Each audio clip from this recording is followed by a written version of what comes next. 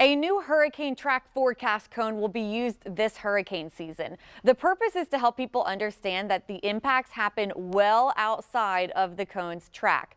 The cone is only used to show where the center of the storm could go. As time marched on, the cone continued to shrink, right, as the accuracy got better, which means the hazard spilled more and more outside of the cone. Here is a side-by-side comparison of the old cone versus the new one using Hurricane Ian as an example. There are two changes here. One, the cone has been smoothed out to show consistent shading.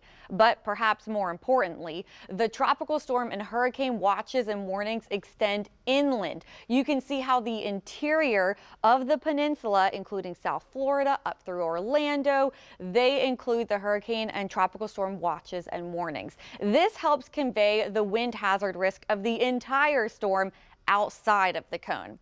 This is just the first step for an evolving hazard messaging system from the National Hurricane Center. They hope people will start to focus more on other hazards such as storm surge and flooding rain, which can be the deadliest impacts. But if we threw all the hazards on here, you wouldn't be able to discern anything. It would just be really a mess.